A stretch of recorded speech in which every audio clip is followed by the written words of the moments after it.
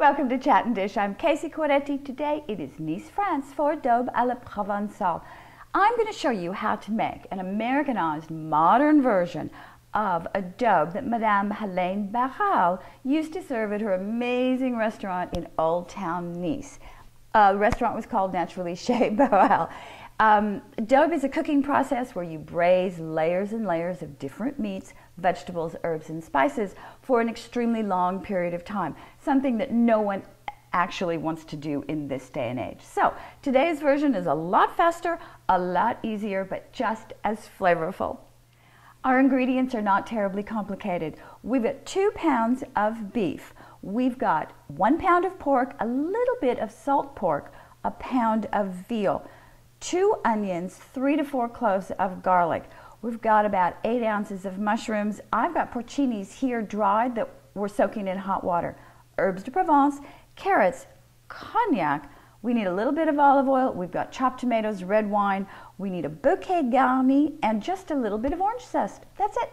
Cube your beef, your pork, and your veal. Leave your salt pork whole. Your cubed meat goes into a hot pan with a 1/4 cup of olive oil.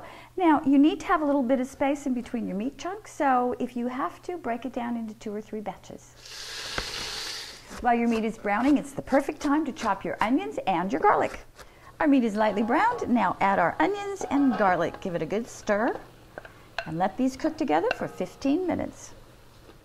Okay, while our onions and our meats are partying hardy in our cocotte, it's time to drain your mushrooms and then give them a good chop. Now, you don't want all these mushroom juices to go to waste, so simply strain them. There's a lot of dirt in them, so you're going to have to put it through either a coffee filter or a paper towel. Just do it slowly and that will catch all the dirt. Mushrooms and their juices join the party. 2 tablespoons of herbs de Provence go in. 3 cups of chopped tomatoes go in next. Cover and simmer for 30 minutes. Stir in 1/2 cup of a nice red wine. Remember, use the kind of wine that you like to drink. And then its lid goes back on and let it simmer for an hour. Add a pound of carrots. I like to use the baby carrots, but if you've got regular full-size ones, just peel and cut them into chunks. Add a bouquet garni that should consist of fresh parsley, dried bay leaf, and fresh thyme, about 5 sprigs each. For a real treat, about a 1/4 cup of a fine cognac. Lastly, pop in a teaspoon of fresh orange zest. All right, just give this all a good stir. Oh, you smell the cognac and the orange rind? It's fabulous. Lid goes on, it's back to the stovetop for 2.5 hours at a low simmer. Oh, this smells so good. Daube à la Provencal, hot out of the oven. Now in Nice, especially at Chez Barral, they serve this with ravioli that are stuffed with Swiss chard. It's very traditional in that area.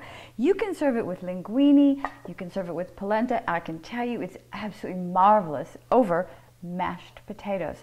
Cannot wait to give this a taste.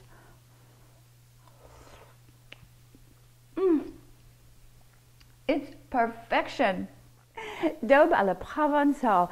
I know it takes a little bit of time on top of the stove, but your actual prep and work time is minimal.